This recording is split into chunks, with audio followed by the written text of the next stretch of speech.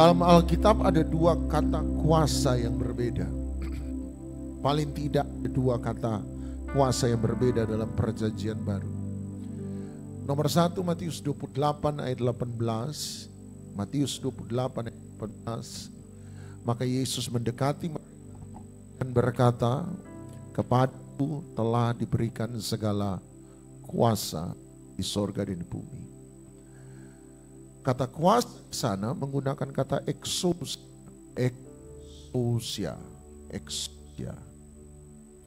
Kata exousia sebaiknya diterjemahkan bukan hanya sekedar kuasa, tetapi diterjemahkan sebagai otoritas. Sebaliknya dalam Kisah Rasul 1 ayat 8, Tuhan Yesus suruh murid-muridnya untuk tinggal di Yerusalem dan dia berkata, Kisah Rasul 1 ayat 8, maka Roh Kudus akan turun ke atas kamu dan kamu akan menerima kuasa apabila Roh Kudus turun ke atas kamu. Kata kuasa dalam Kisah Rasul 1 ayat 8 berbeda dengan Matius 28 ayat 18. Kisah Rasul 1 ayat 8 menggunakan kata dunamis, dari situ datang kata dinamika, dari situ datang kata dinamit, sebuah ledakan yang besar, sebuah kekuatan yang besar. Oleh sebab itu minimal tidak satu-satunya, tapi minimal ada dua kata kuasa yang berbeda. Satu exousia, satu dunamis. Otoritas adalah kuasa yang diberikan kepada seseorang oleh pemegang kuasa yang lebih tinggi. Otoritas itu diberi, sama-sama bilang otoritas diberi. Satu kali Tuhan Yesus dimintai tolong oleh perwira di Kapernaum. Perwira Kapernaum itu datang kepada orang Farisi, meminta orang Farisi untuk meminta pada Yesus untuk menolong hambanya yang sakit. Dan menarik sekali ketika Tuhan Yesus berkata, let's go, mari kita pergi. Tiba-tiba perwira Kapernaum itu berkata kepada Tuhan Yesus, tidak perlu engkau datang. Cukup ucapkan satu patah kata saja, maka hambaku akan sembuh. Kalimat cukup ucapkan satu patah kata saja maka hambaku akan sembuh. Ini kemudian oleh Tuhan Yesus diberkata, belum pernah aku melihat iman sebesar ini di antara orang Israel. Untuk melihat mujizat Anda tidak perlu iman yang besar. Tetapi Tuhan Yesus tidak pernah memuji iman yang kecil, dia hanya memuji iman yang besar. Setuju?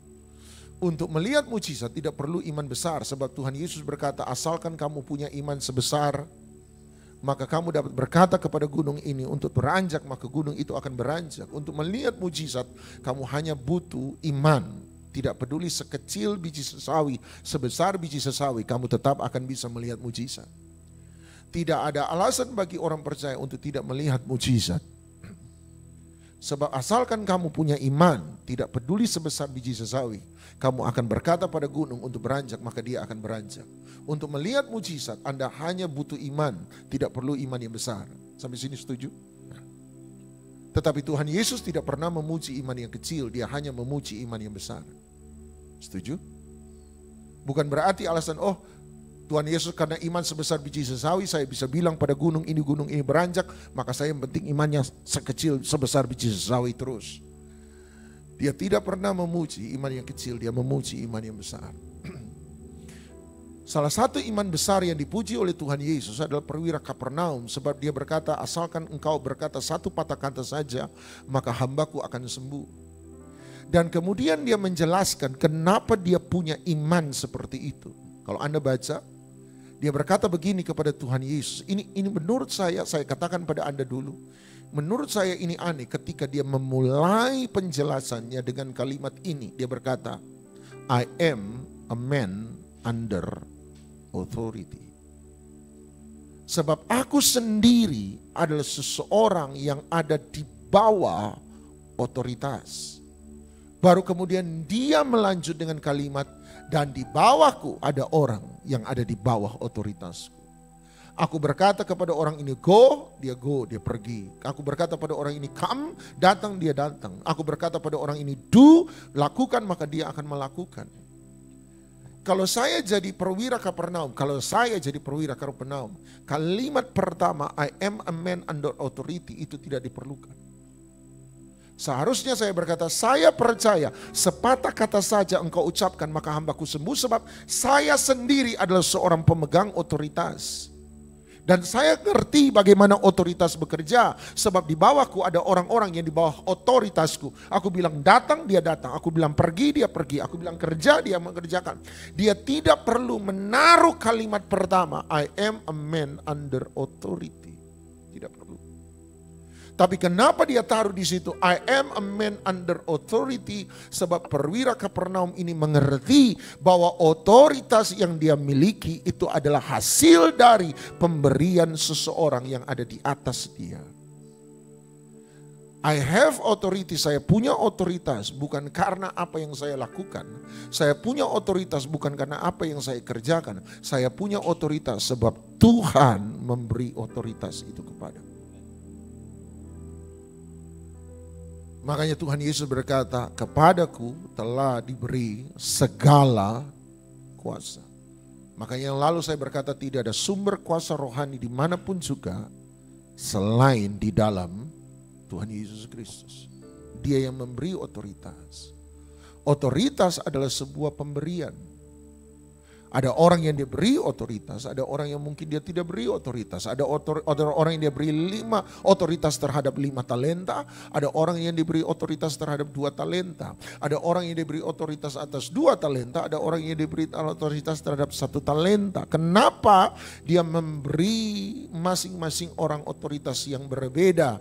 Sebab nomor 2, sebab di balik setiap pemberian otoritas ada mandat yang harus dikerjakan.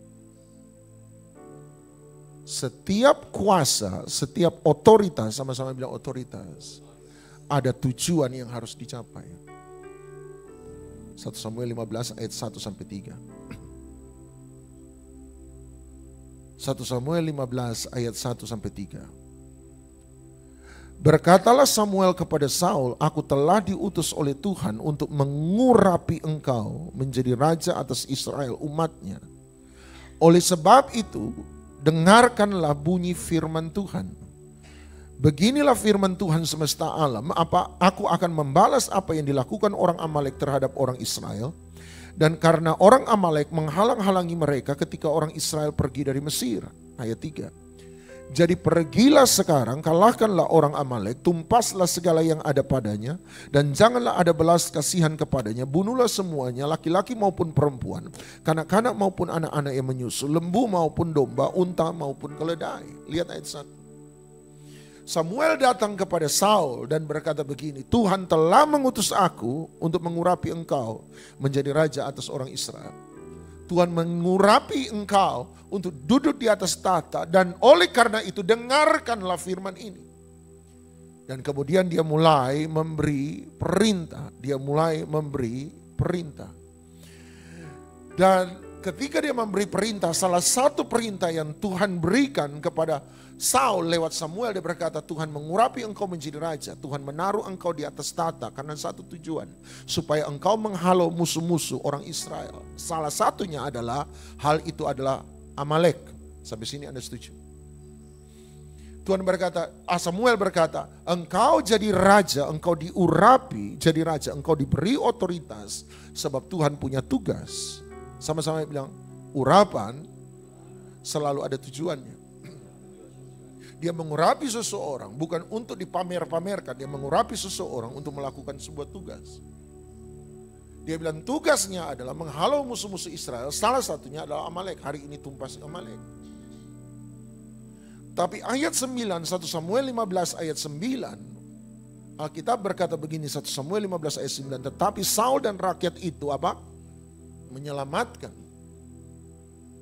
Artinya Saul tahu apa yang harus dia kerjakan, tetapi hari itu Saul menolak untuk taat pada apa yang Tuhan perintahkan.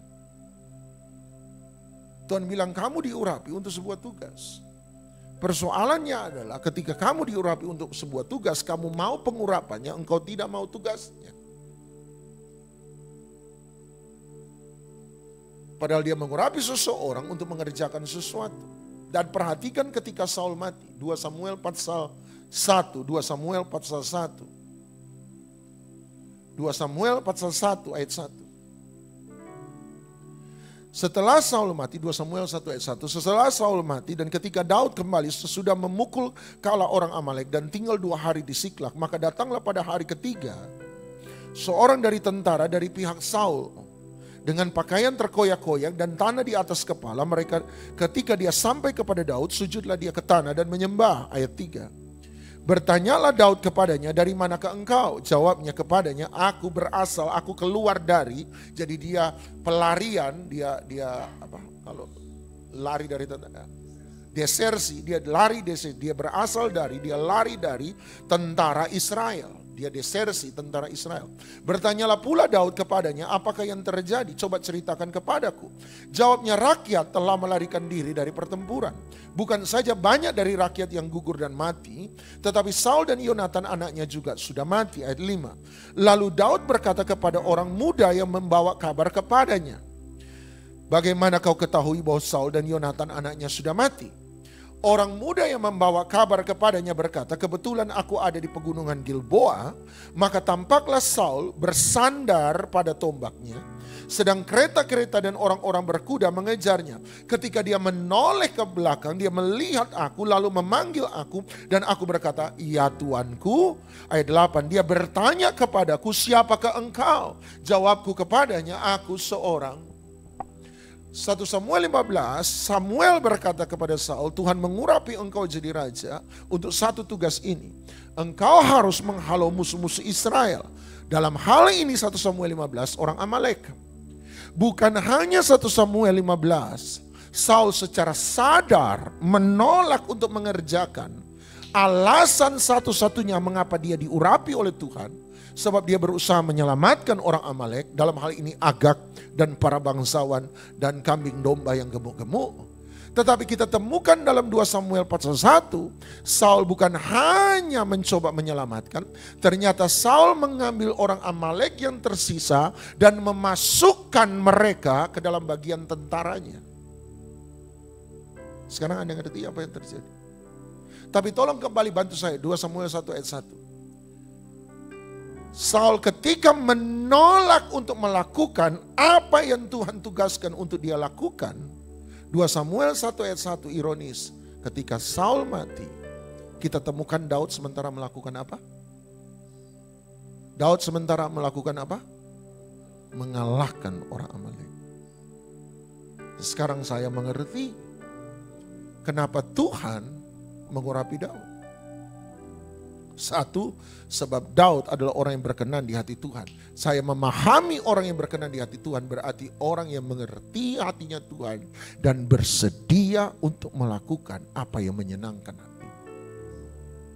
Ketika Saul menolak alasan mengapa dia diurapi, sementara kita temukan Daud melakukan justru apa yang Tuhan mau untuk Saul lakukan. Tuhan mengambil pengurapan yang ada pada Saul dan memindahkannya kepada Daud. Setiap urapan selalu ada mandat yang harus diselesaikan. Makanya ketika Anda menemukan bahwa ada pemberian kuasa disertai dengan mandat tugas yang harus diselesaikan, maka Anda akan mengerti itu otoritas, exousia. Dan exousia pertama dalam Alkitab Kejadian pasal 1 ayat yang ke-28. Maka Allah memberkati mereka dan berfirman kepada mereka. Apa yang difirmankan? Beranak cucu, bertambah banyak, penuhilah bumi, taklukkanlah itu, dan berkuasalah. Berarti berkat, sama-sama bilang berkat. Berkat adalah salah satu bentuk otoritas yang Tuhan berikan kepada seseorang. Setuju? Makanya Ulangan 8:18, tolong Ulangan 8:18 berkata, maka dia memberkati, dan kata berkat di sana dipahami sebagai the power to get wealth. Tetapi haruslah engkau ingat kepada Tuhan Allahmu, sebab dialah yang memberikan kepadamu kekuatan untuk ini bicara soal kekayaan cuma 2 orang yang nyaut. Yang lain ampunilah mereka ya Tuhan. Dia memberikan kepadamu apa? kekuatan untuk memperoleh kekayaan. Kemudian dengan maksud untuk meneguhkan perjanjian yang diikrarkannya dengan sumpah kepada nenek moyangmu seperti sekarang ini. Nah, apa yang dimaksud dengan sumpah? Supaya dia bisa meneguhkan, dia bisa melakukan, dia bisa melaksanakan setiap perjanjian yang sudah dia ikrarkan dengan sumpah kepada nenek moyang orang Israel. Siapa nenek moyang orang Israel? Abraham, Ishak dan Yakub. Abraham, Ishak dan Yakub. Di antara tiga ini kalau ditanya siapa yang dapat disebut sebagai nenek moyang, tiga-tiganya, tetapi yang paling puncak adalah Abraham. Nah, pertanyaan saya sederhana, apa sumpah yang diikrarkan Tuhan kepada Abraham? Kejadian 12 ayat 1 sampai 3. Dan dari semua ayat itu ada satu kata yang diulang paling banyak, yaitu kata berkat. Dan kalau Anda hitung 5 kali Tuhan bicara soal berkat kepada Abraham. Kejadian 12 ayat 1 sampai 3. Menurut pembicara, menurut ahli Alkitab, Tuhan bicara 1 kali penting. Tuhan bicara 2 kali sangat penting. Tuhan bicara 3 kali sangat amat penting. Tuhan bicara 5 kali sangat amat sangat penting sekali. 5 kali. The covenant of blessing. Dan what is blessing? Blessing adalah bagian dari otoritas. Sebab dia berkata blessing bukan kekayaan. Blessing adalah power. Sebab berkat adalah salah satu bentuk otoritas yang Tuhan beri dalam hidup seseorang. Makanya Tuhan memberkati kita bukan hanya untuk memperkaya diri. Tuhan memberkati kita supaya kita bisa menyelesaikan semua perjanjian yang Tuhan buat dengan Anda dan saya lewat nenek moyang rohani Anda dan saya. Perjanjian yang sejak dari semula. Yesus Kristus Tuhan kita. Sama-sama bilang otoritas. Kuasa nomor 1 diberi. Tapi nomor 2, kuasa selalu ada tugas yang harus diselesaikan. Poin ketiga dari otoritas atau kuasa, kuasa harus dilaksanakan. Bukan hanya kuasa mengandung sebuah mandat untuk dikerjakan, tetapi kuasa itu menuntut sesuatu untuk dikerjakan. Kejadian 1:28, beranak cucu, bertambah banyak, penuhilah bumi, taklukkanlah itu, dan berkuasa. Kata berkuasa di sana, not authority. Kata kuasa di sana, menggunakan kata bahasa Inggris, dominion.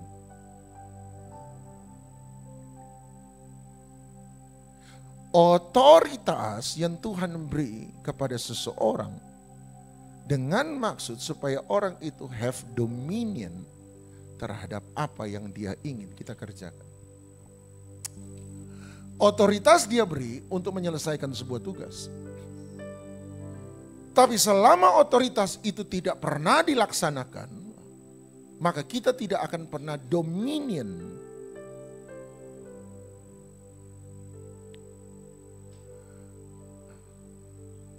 Satu kali Tuhan Yesus berjalan di atas air, Anda masih ingat?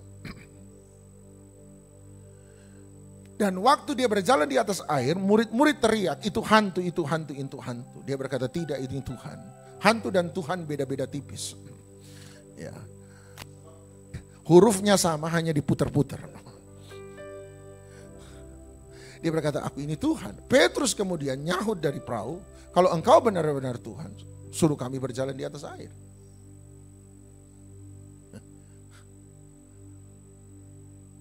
Tuhan Yesus kemudian berkata, come, datanglah. Ketika dia berkata, come, datanglah, dia sementara memberi apa? Otoritas. Siapa percaya bahwa firman Tuhan berkuasa? Amin. Pertanyaan saya, ini pertanyaan orang pintar. Kenapa firman Tuhan berkuasa? Jangan Anda bilang sebab firman Tuhan. Itu jawaban yang tidak menjawab. Kenapa firman Tuhan berkuasa? Sebab itu firman Tuhan. Ya, saya juga tahu. Kenapa firman Tuhan berkuasa? Sebab setiap kali dia berfirman, bersamaan dengan firman yang berikan, ada kuasa yang dia lepaskan supaya orang bisa menyelesaikan apa yang dia firmankan. Jadi kalau Tuhan sudah berfirman, percayalah, bagi Anda mustahil, tetapi percaya satu hal, bersamaan dengan firman-Nya ada kuasa yang dia berikan supaya Anda bisa menyelesaikan apa yang dia firmankan. Makanya dia berkata, maka setiap firman yang keluar dari mulutku tidak akan pernah kembali sia-sia. Dia akan berhasil menyelesaikan apa yang diperintahkannya kepadanya. Sebab setiap kali Tuhan berfirman, bersamaan dengan firman yang dia ucapkan, ada kuasa yang dia berikan. Dia berkata, sembuhkan orang sakit. Ada yang bisa sembuhkan orang sakit di sini? Ada yang bisa sembuhkan orang sakit di sini? Ada yang bisa sembuhkan orang sakit di sini? Enggak bisa. Dokter hanya memulihkan sel-sel tubuh yang memulihkan diri sendiri. Dokter kasih obat untuk membantu sel-sel tubuh regenerasi dengan lebih cepat. Tapi tidak ada yang bisa menyembuhkan. Siapa yang bisa menyembuhkan? Tuhan. Tapi dia suruh kita menyembuhkan. Mustahil menyembuhkan orang sakit, setuju. Tetapi waktu dia beri perintah, kamu sembuhkan orang sakit, bersamaan dengan perintah yang dia beri, dia memberi kuasa untuk Anda menyelesaikan apa yang dia perintahkan. Ah, Pak Doni, cuma utak-atik matuk begitu. Oke, yang kedua dia berkata, bangkitkan orang mati. Ada yang bisa bangkitkan orang mati? Mustahil. Kata Kadir dulu, itu hil yang mustahil. Itu hal yang mustahil. Hasmuni bilang, Hasmuni ya, hil yang mustahil. Itu tidak mungkin. Tapi waktu dia beri perintah, bersamaan dengan perintah yang dia beri, dia akan memberi kuasa supaya Anda bisa melakukan. Setuju? Waktu dia berkata, datanglah. Berarti dia mengundang semua orang yang mau melakukan apa yang diperintahkan. Mereka akan melihat mujizat yang sama. Dan yang menarik adalah dia berkata datanglah. Dia tidak berkata datanglah Petrus. Waktu dia bilang datanglah berarti perintah itu terbuka untuk semua murid-murid yang ada di perahu. Siapapun yang bersedia melangkahkan kaki keluar dari perahu, dia akan bisa berjalan di atas air. Bukan hanya untuk Petrus. Ini otak nakal saya. Makanya waktu Lazarus mati, dia harus bilang bangkitlah Lazarus. Sebab kalau dia tidak bilang Lazarus, semua yang mati bangkit. Dia harus bilang Lazarus, keluarlah, bangkitlah. Sebab kalau dia tidak bilang Lazarus, yang mati yang lain ikut bangkit. Bagus juga itu. Tapi hanya ada satu yang keluar dari perahu, Petrus. Waktu Petrus melangkahkan kaki, that's dominion. Tuhan memberi tapi ketika Petrus mulai melangkahkan kaki, that's dominion. Dia langkahkan kaki, that's dominion. Dia langkahkan kaki, itu dominion. Dominion hanyalah ketika kita mengeksersis otoritas dalam hidup kita. Banyak orang Kristen percaya mereka punya otoritas. Yohanes 1 ayat 12, setiap orang yang menerima dia, percaya kepadanya, maka mereka diberi kuasa untuk menjadi anak-anak Allah. Percaya Anda punya kuasa? Tapi berapa banyak dari Anda mengeksersis setiap kuasa yang Tuhan beri dalam hidup Anda dan saya? Berapa banyak kita yang menggunakan kuasa itu? Selama Anda tidak menggunakan, maka Anda tidak akan pernah melihat dominion. Beranak cuculah, bertambah banyak, penuhilah bumi, taklukkanlah itu dan berkuasalah. Keluaran 1 ayat 7. Keluaran 1 ayat 7. Sama-sama, 1, 2, 3. Orang-orang Israel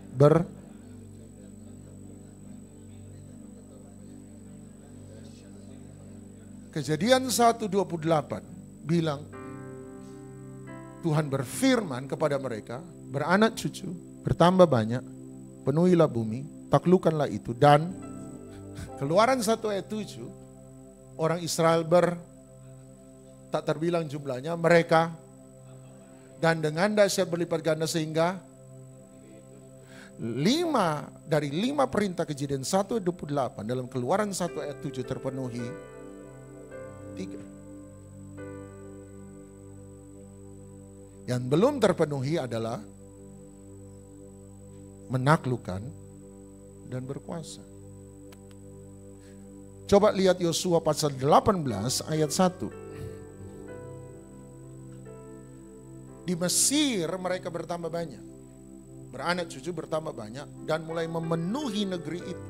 1, maka berkumpullah segenap umat Israel di Silo, lalu mereka menempatkan kemah pertemuan sana karena negeri itu telah beranak cucu, bertambah banyak, penuhilah bumi, Keluaran 1 ayat 7. Dan taklukan.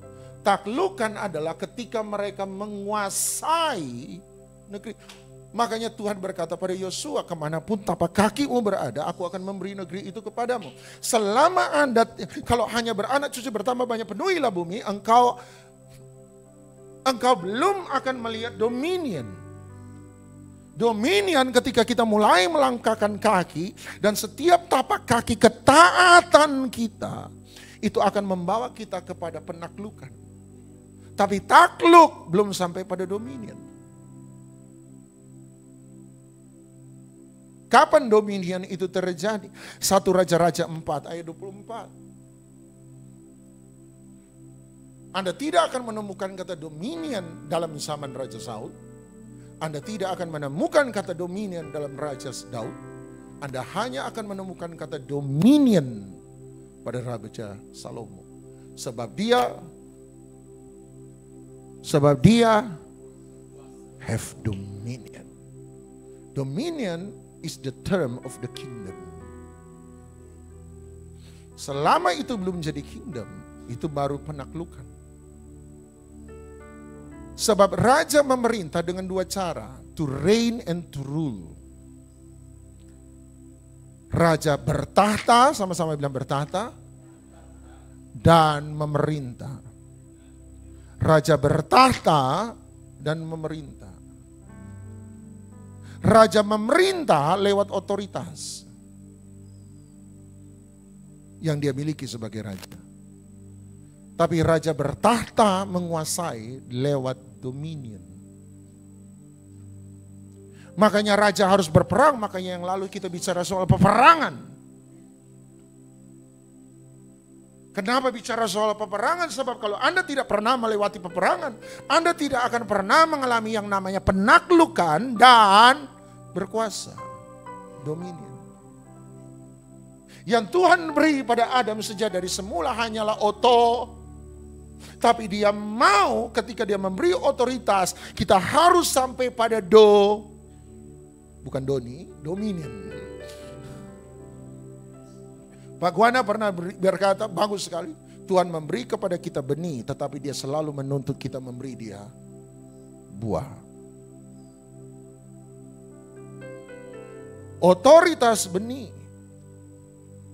Kapan kita melihat bahwa itu menghasilkan buah dominion? Ketika kita mulai melangkah, ketika kita mulai menaklukkan. Dan setelah menaklukkan, kita menghadirkan the kingdom of God. Kerajaan surga, pemerintahan kerajaan surga. Dalam setiap kehidupan kita. Nah, saya takut ada banyak orang tahu dia punya otoritas. Tetapi sama seperti saya takut, sama seperti orang Israel di Goshen, di Mesir, mereka beranak cucu bertambah banyak, penuhilah bumi, tetapi mereka tidak pernah menaklukkan dan berkuasa. Sebab Tuhan hanya memberi apa yang kita taklukkan. Tuhan hanya memberi apa yang kita kuasai. Dia memberi apa yang kita taklukkan, tetapi kita menguasai apa yang kita kuasai. Kita perangi. Makanya di tempat kami selalu bilang, saya bilang begini, saya mulai ajar pelan-pelan. Di tempat ini Anda didoakan. Tapi di tempat ini Anda dibuat bertumbuh supaya Anda bukan hanya tahu didoakan, tapi Anda harus tahu mendoakan dirimu sendiri. 1 Samuel 30, Daud menguatkan kepercayaannya. Tetapi sebelum 1 Samuel 30, Anda akan temukan kalau Anda cek di aplikasi Alkitab, Yonatan yang menguatkan kepercayaan Daud. Sebelum Daud belajar menguatkan kepercayaan sendiri, Yonatan yang menguatkan kepercayaan Daud. Tapi ada saatnya Yonatan tidak lagi bersama-sama dengan Daud. Dan ketika Yonatan tidak bersama-sama dengan Daud, Daud harus membangun sebuah sistem di mana dia belajar untuk menguatkan dirinya sendiri. Hari ini saya takut betul, mungkin apa yang dilakukan, dikerjakan Pak Guana, dan saya percaya ini benar. Sebabnya jemaat terlalu nyaman hari ini. Bahkan mungkin sengaja dibuat nyaman hari ini. Contoh. Tidak perlu doa sendiri, punya masalah selalu cari pendeta, minta pendeta yang mendoakan. Numpang imannya pendeta.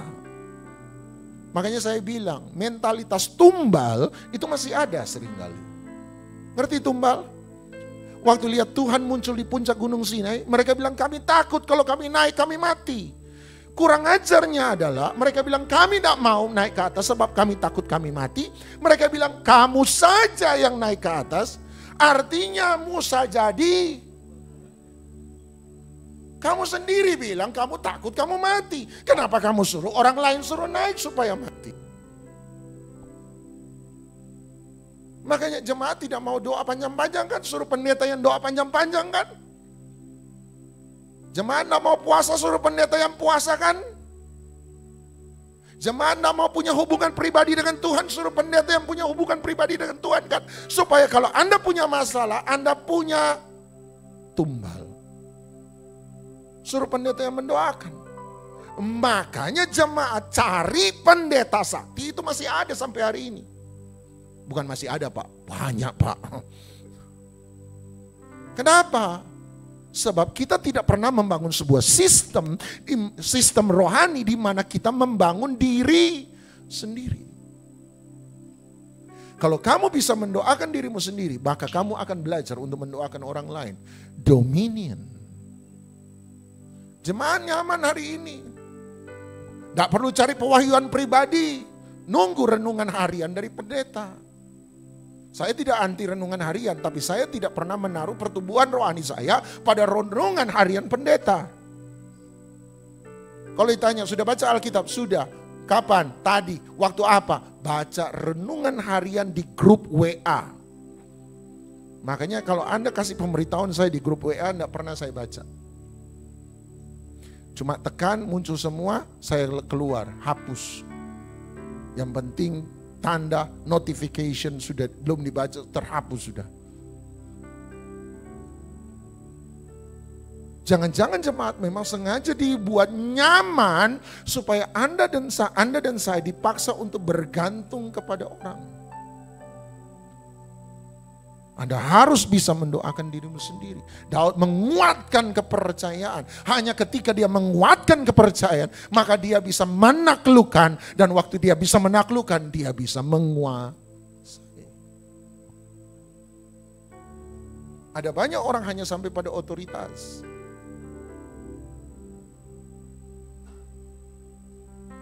Saya berdoa bahwa Anda mengerti ini pentingnya otoritas.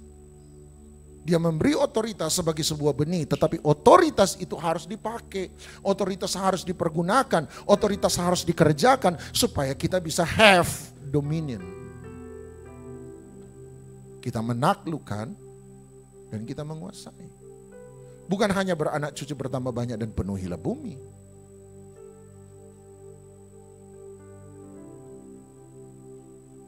Nah, saya berdoa tempat ini Anda bertumbuh jadi orang-orang prajurit-prajurit yang luar biasa. Karatekawan rohani. Sebab dari semula ini bukan tempat ibadah, ini ada paguyuban kata Pak Guana. Tempat pelatihan. Saya hanya meneruskan visi dari pemimpin kan gitu ya. Saya hanya berkata, go Pak Guana, go. Dari belakang tapi, go. Dan saya percaya itu harus begitu.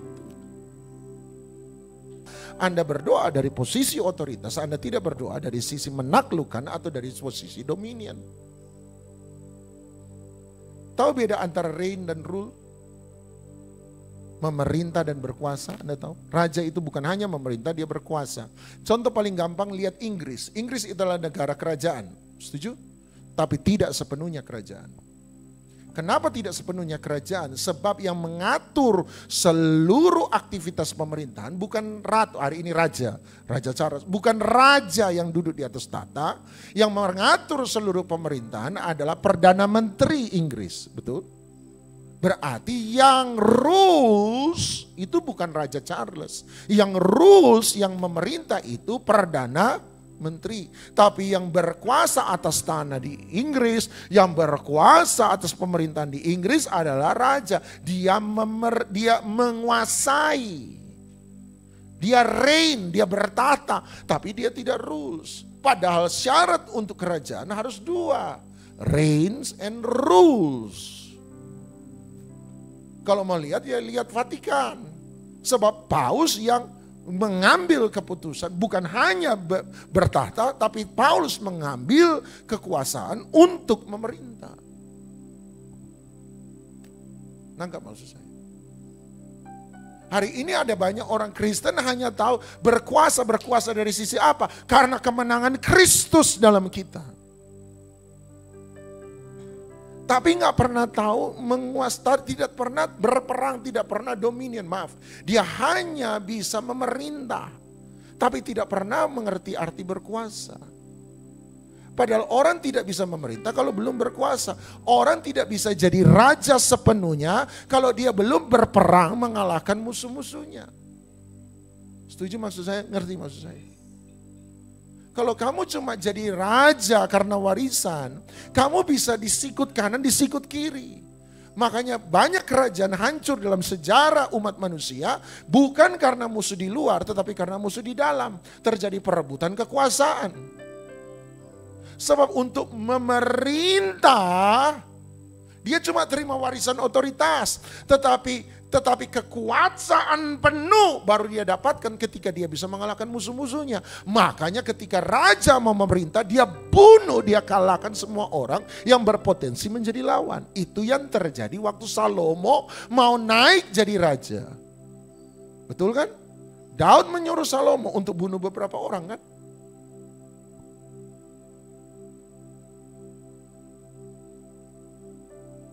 Anda harus ngerti. Makanya Pak Guana bilang, jangan jadi raja, gak pernah jadi pahlawan, gak pernah jadi prajurit. Sebab dalam zaman dulu, every king is a knight. Semua raja itu pahlawan.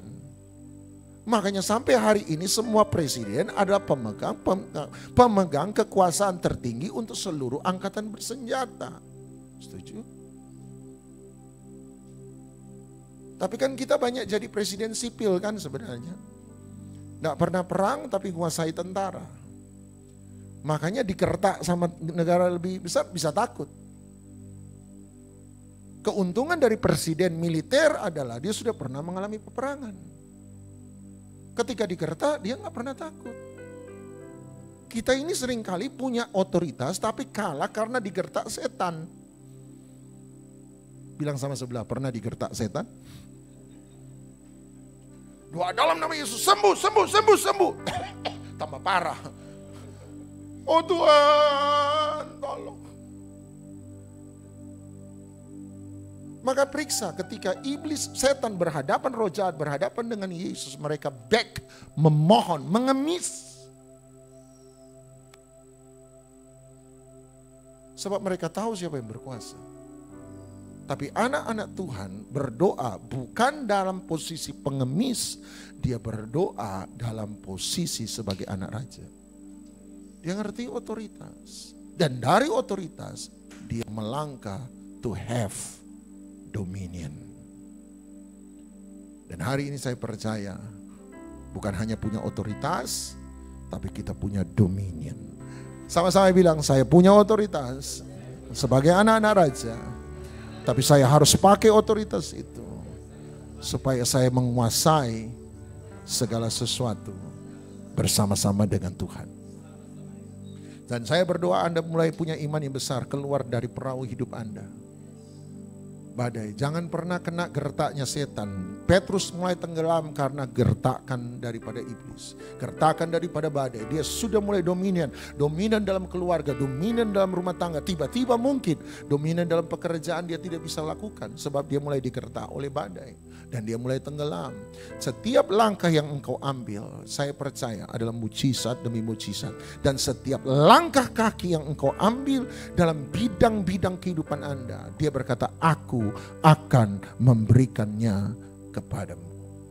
Dia berkata, setiap tanah, jejak tanah yang diinjak oleh tapak kakimu, I will give it to you. Artinya kalau kamu tidak pernah melangkah, dan kamu tidak akan pernah dapat apa-apa.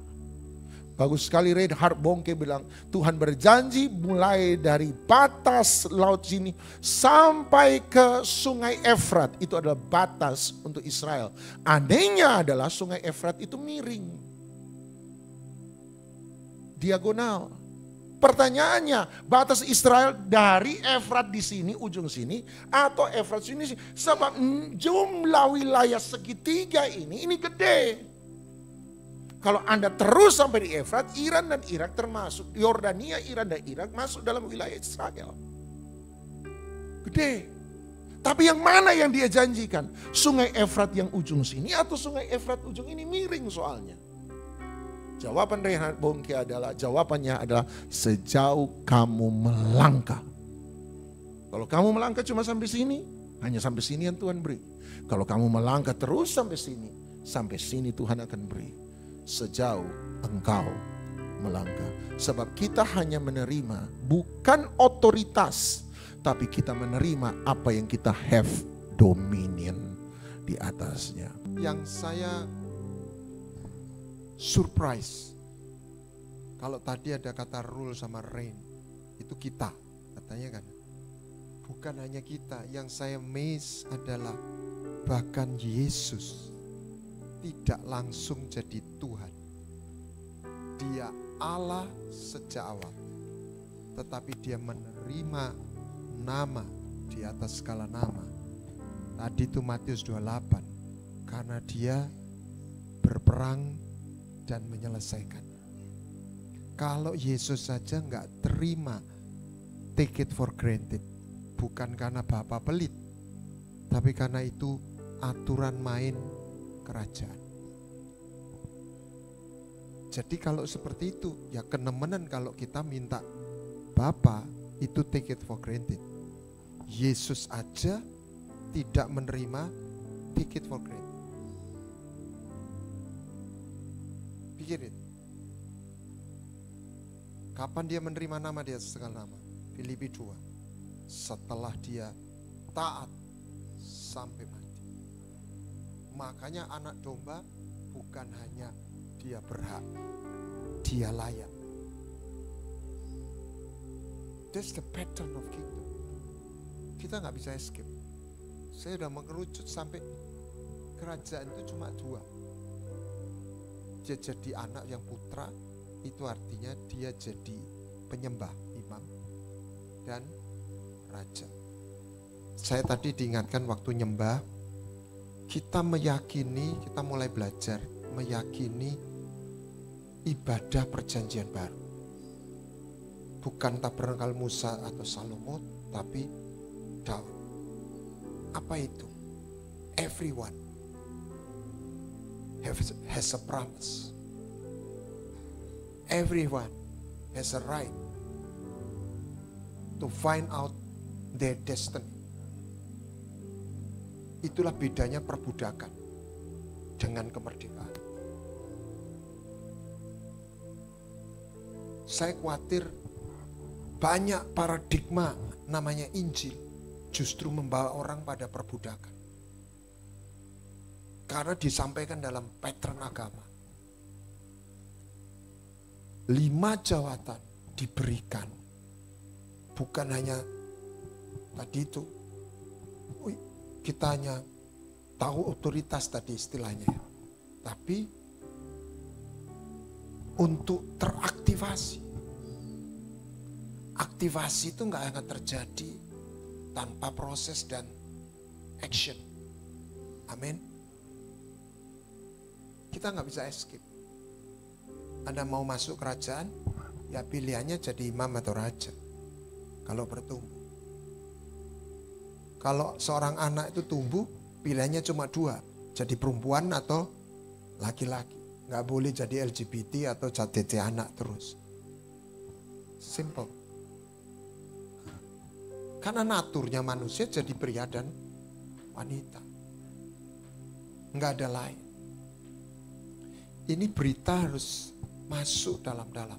Jadi nanti kalau nyembah, itu bukan lagi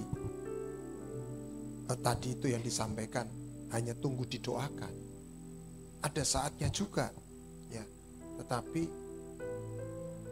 ya, jalan itu sudah terbuka. Ambil, dapatkan. Amin. Dan itu berita baik. Ayo saya rindu melihat sebuah kesaksian demi kesaksian, terobosan di mana terobosan dalam hidup.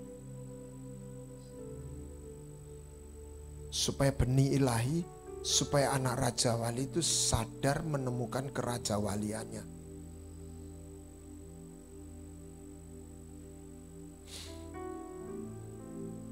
Tanpa ingin nyalakan siapapun, kata member dalam gereja lokal itu nggak salah. Tapi ketika itu ditekankan terlalu kuat, kita hanya jadi membership. Kita nggak pernah masuk dalam paradigma citizenship. Kingdom nggak kenal member. Kingdom itu hanya kenal citizen. Karena ini negara. Amin.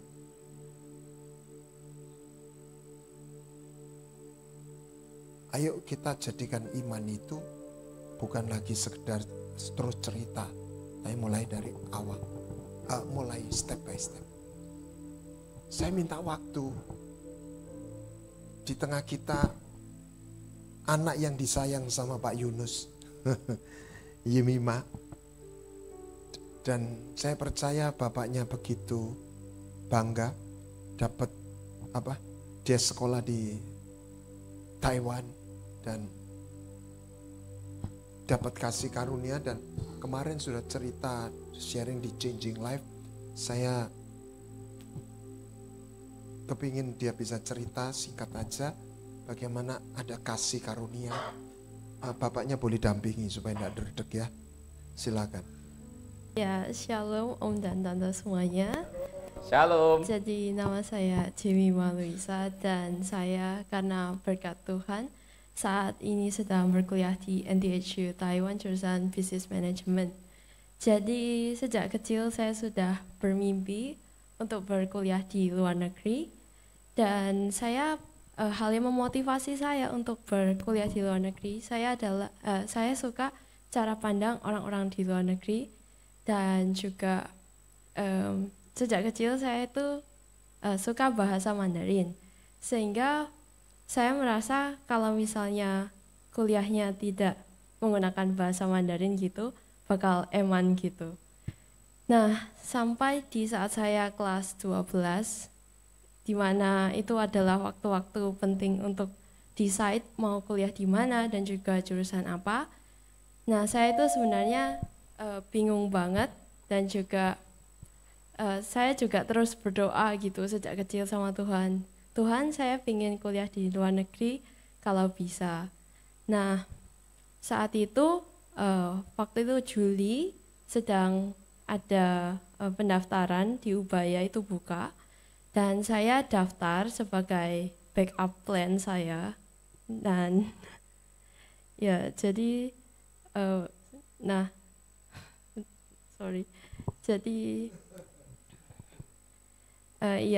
jadi di pendaftaran itu puji Tuhannya saya dapat beasiswa sebesar 30% dan juga bebas USP.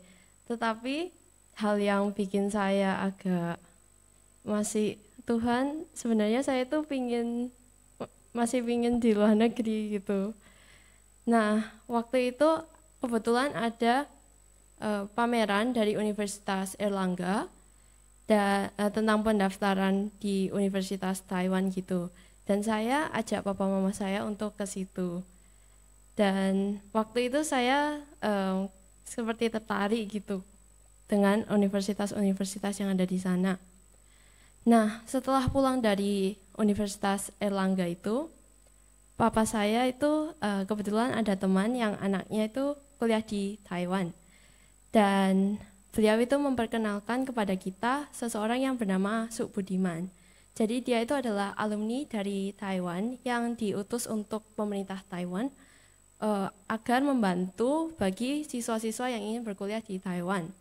Nah, waktu saya ketemu dengan Suk Budiman itu, beliau bilang bahwa sebenarnya sudah agak telat dan juga ini tuh mau dibuka yang batch akhir gitu. Dan waktu itu yang jadi pertimbangan saya, waktu itu ekonomi keluarga saya itu agak terguncang juga. Jadi saya merasa, Tuhan kira-kira bisa nggak ya saya kuliah di Taiwan gitu dengan keadaan seperti ini. Dan saya dan papa mama saya itu berdiskusi dan juga kami sekeluarga berdoa sama Tuhan gitu. Dan kami memutuskan untuk coba daftar gitu. Nah, the requirements untuk berkuliah di Taiwan itu perlu IELTS dan juga dokumen-dokumen penting lainnya. Contohnya pendukung seperti TOCFL, dan waktu itu saya belum punya semuanya. Nah, untuk tes IELTS itu sebenarnya juga menurut saya sangat mahal, dan saya tidak les. Jadi saya merasa kalau itu juga agak menyeramkan gitu. Tetapi waktu itu saya selama 30 hari itu belajar dan juga terus berdoa. Dan puji Tuhannya pada tanggal 23 Desember saya tes IELTS dan hasilnya itu 7.0 di mana requirements-nya itu dulu 6. Jadi puji Tuhannya saya lulus. Dan juga hal yang bikin saya amazed banget itu waktu itu tes TOCFL itu sudah sebenarnya nggak ada gitu. Karena TOCFL itu berbeda dengan IELTS, dia tidak selalu ada di setiap waktu. Nah, waktu itu saya bingung banget cari TOCFL ini tesnya di mana gitu. Waktu itu ada di Ukrida Jakarta, tetapi karena saya regionnya di Surabaya, saya tidak bisa gitu. Jadi tesnya harus di region yang saya tinggali saat ini gitu. Nah, waktu itu tiba-tiba ada seseorang yang namanya Bu Esa, dia itu seperti temannya Suk Budiman gitu. Beliau itu berkata kalau misalnya ada tes TOCFL yang akan diadakan tanggal 6 Januari.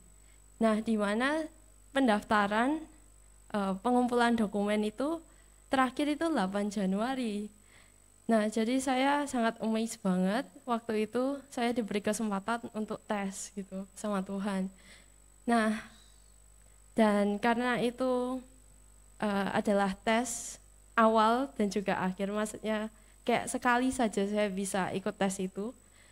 Saya itu juga agak takut waktu itu gitu. Tapi puji Tuhannya waktu itu saya lulus tes dan dapat band B1 di OCFL. Dan juga waktu itu saya menunggu pengumumannya sampai 22 Maret waktu itu. Nah, saya dan keluarga saya itu terus berdoa setiap malam gitu. Dan juga akhirnya pada 22 Maret itu hari pengumuman. Dan saya ingat banget waktu itu saya sedang istirahat setelah pelajaran matematika. Dan waktu itu saya dapat info kalau misalnya tesnya itu tiba-tiba keluar pengumumannya. Pendaftarannya tiba-tiba keluar pengumumannya. Dan saya waktu itu nangis banget gitu karena saya lulus. Nah, TOCFL itu tes Mandarin, bahasa Mandarin, iya. Nah, iya betul. Terus hal yang bikin saya amazed banget waktu di Taiwan itu sebenarnya saya itu juga daftar beasiswa sebelumnya, tetapi tidak lulus. Nah, di Taiwan itu universitas saya itu ada kayak buka pendaftaran buat beasiswa, buat anak overseas Chinese, dan yang dapat itu hanya 7 orang. Nah, saya itu sebenarnya prestasi saya selama ini tuh kayak bukan yang menonjol banget gitu. Jadi saya merasa kayaknya gak bisa dapat gitu. Tapi ternyata unexpectedly Tuhan kasih saya beasiswa 50.000 itu.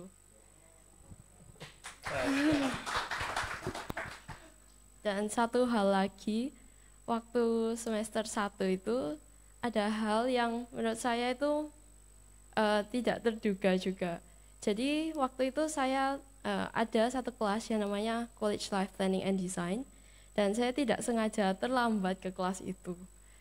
Dan saya mengira kalau profesornya itu bakal marah sama saya dan lain-lain.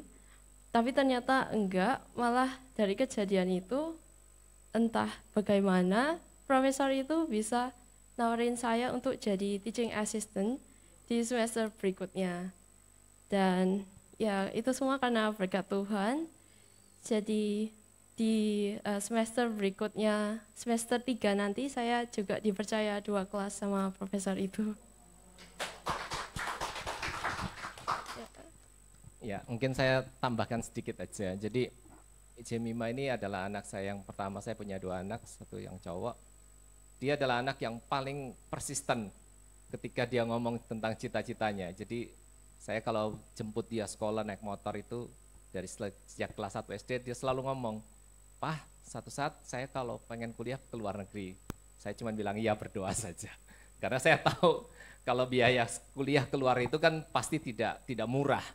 Tapi saya percaya ternyata itu konsistensi dia ngomong itu terus berlanjut sampai di SMA. Dan ketika dia akan memilih untuk pergi keluar, saya cuma persiapan, saya bilang, kamu jangan langsung tembak keluar, tapi harus ada backup plan-nya tadi di Ubaya, saya mikir begitu. Dan anak ini tidak pernah terpisah dari kami ya, dari sejak kecil sampai SMA. Dan saya bilang, papa ini tidak ngerti tentang pendaftaran dan lain sebagainya, papa cuma bisa bantu apa yang saya bisa bantu. Kamu cari sendiri, sambil saya juga ngetes keseriusan dia waktu itu. Dan ternyata dia kerjakan semua secara mandiri, termasuk tesnya di mana, terus kapan, terus sampai yang masalah kampus dia pilih jurusannya sendiri, dia yang pokoknya yang olah sendiri dia, ya. Dan puji Tuhan, ya, oleh kemurahan Tuhan dia bisa akhirnya bisa ke Taiwan. Nah itu semua karena kemurahan Tuhan, dan sampai semua itu last minute karena memang kita tidak ada persiapan yang memang dari jauh-jauh hari untuk dia bakal pergi ke luar negeri, karena saya tahu anak ini bisa enggak ya. Saya sebagai orang tua juga, apalagi cewek. Tapi pada keadaan tertentu satu hari itu saya sedang berdoa juga, dan Tuhan kasih satu impresi buat saya. Biarkan Raja Wali ini terbang supaya dia bisa mandiri. Saya cuma dapat sebuah impresi seperti itu, dan itu jadi sebuah keyakinan buat saya. Saya percaya itu Tuhan taruh sesuatu dalam hati saya, dan puji Tuhan dia ngalami apa yang berkat buat dia. Ya, itu yang terjadi. Ya, kiranya ini bisa memberkati kita semua. Tuhan. Kenapa saya suruh saksi? Dia saksi. Ayo kita bangkit berdiri. Jadi saya suka dengan ada klip bagus. Ada seorang artis tanya sama seorang profesor yang percaya Tuhan. Gimana kamu percaya Tuhan? Dan ini yang sana. Dia tanya, kamu belajar fisika tahu energi? Saya tanya energi itu apa? Dia juga gak ngerti. Ilmuwannya ini gak ngerti. Saya gak bisa jelas apa itu. Tapi yang jelas itu ada. Tadi itu authority harus jadi dominion, harus ada. Nah, terus how about the conscious? Kesadaran. What is the conscious? Sains itu nggak bisa, ini yang ateis, dia nggak bisa jelasin. Tapi ada. Nah, ini this is a blessing. Saya ngelihat anak ini, Itu yang dikatakan, ini yang kita perlu doakan. Karena yang terpenting itu bukan berapa duit. Tetapi kalau kita doa buat anak itu ya, itu yang saya doain buat anak-anak saya dan cucu saya. Penyertaan Tuhan. Jadi tadi saya tergerak untuk doain, ya, selain juga anaknya Pak Yunus. Ya. Biarlah engkau seperti yang dikotbahkan, engkau mengalami itu menaklukkan, dan engkau akan melihat sebuah destiny. Dan saya bisa merasakan ada a favor of God. You can, kalau dicerita, gimana ya? Kita nggak bisa jelasin.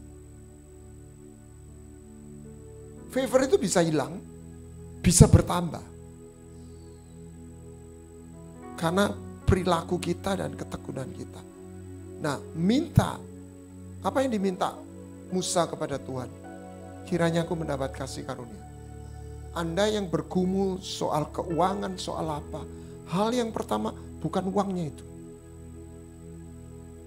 Dapatkan kasih karunia. Itu yang akan merubah hidup kita. Apa yang Tuhan Yesus bawa? Kasih karunia. Dan itu Tuhan gak pelit. Untuk siapa? Semua orang percaya. Biarlah kehadiran kasih karunia itu bukan hanya dialami oleh Yemima, setiap kita. Amin. Minta. Musa gak minta duit, gak minta ini, dia minta apa? Kasih karunia.